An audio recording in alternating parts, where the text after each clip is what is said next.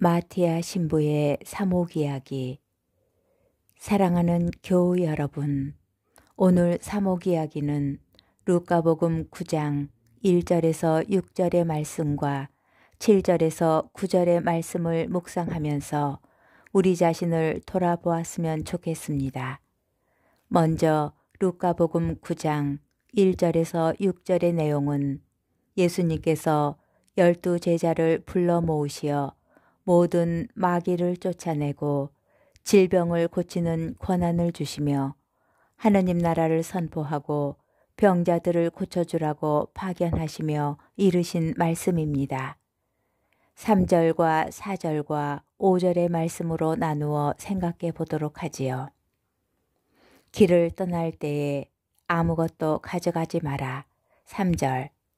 지팡이, 식량 자루, 빵, 돈, 여보옷 등 모두가 필요한 물건인데 하나도 지니지 말라고 하시는 말씀을 어떻게 알아들어야 할까요? 주님께 의지하는 것만으로 충분하다는 의미일 것입니다. 떠남의 첫 번째 원칙은 주님께만 온전히 의지하라는 것입니다. 그래서 주님만을 믿고 의지하는 데 방해가 되는 세상의 모든 것들을, 그것이 비록 교회 발전을 위해 필요하고 유용한 것들이라도 하나도 지니지 말라는 것입니다. 주님만으로 충분하다는 믿음이 바로 하느님 나라 건설의 핵심 동력이기 때문입니다. 어떤 집에 들어가거든 그곳을 떠날 때까지 거기에 머물러 있어라. 4절. 떠남의 두 번째 원칙은 사사로운 자신의 이익을 추구하지 말라는 것입니다. 자기에게 주어진 환경과 조건을 있는 그대로 받아들여야 합니다. 사람들이 너희를 받아들이지 않으면 그 고을을 떠날 때에 그들에게 보이는 증거로 너희 발에서 먼지를 털어버려라. 5절. 떠남의 세 번째 원칙은 자신의 한계를 인정하고 집착을 버리라는 것입니다. 다른 사람을 탓하고 싶은 마음, 자신에 대한 실망, 포기하고 싶은 마음, 알아주지 않는 것에 대한 서운함, 분노를 털어버리라는 것입니다. 우리가 하느님께 드릴 수 있는 것은 성공하는 것이 아니라 최선을 다하는 것, 결과가 아니라 과정이라는 것입니다. 최선을 다해도 되지 않는 것은 실망이나 원망, 집착이나 욕심을 버리고 오로지 하느님께 맡기라는 것입니다.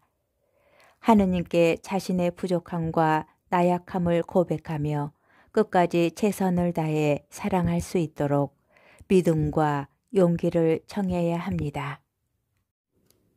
이어지는 루카복음 9장 7절에서 9절의 말씀은 예수님에 대한 소문을 들은 헤로데의 반응을 이렇게 전합니다.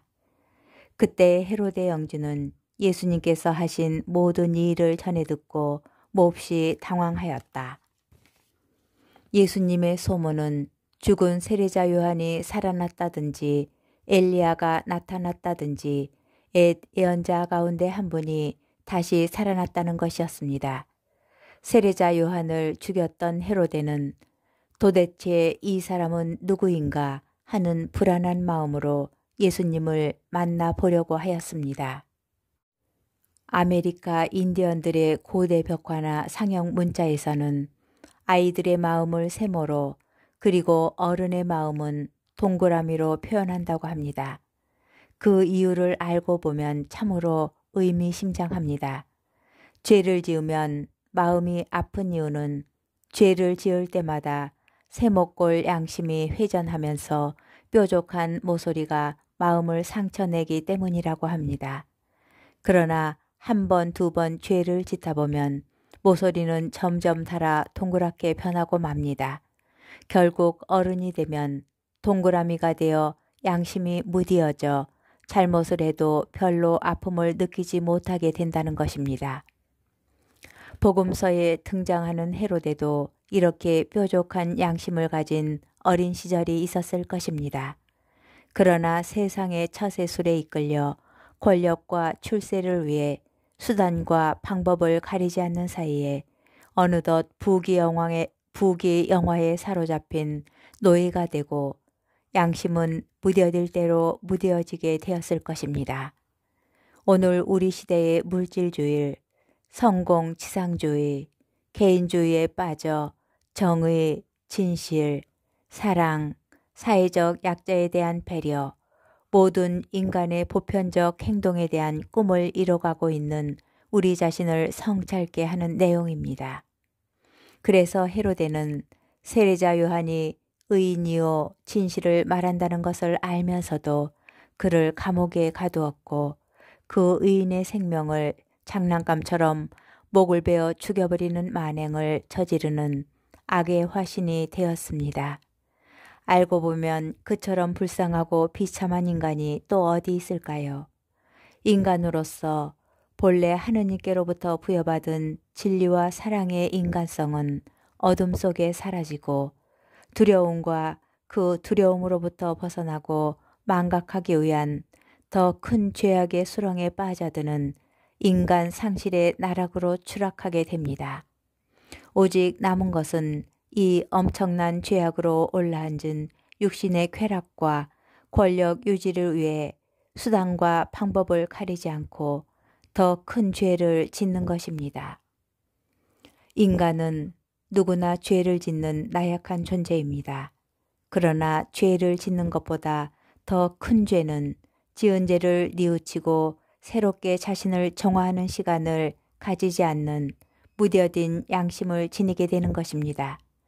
죄의식도 없고 부끄러움을 상실한 비참한 인간에게 하느님께서는 창세기의 첫 인간에게 던진 질문을 던지십니다. 너 어디 있느냐? 내 아우 아벨이 어디 있느냐?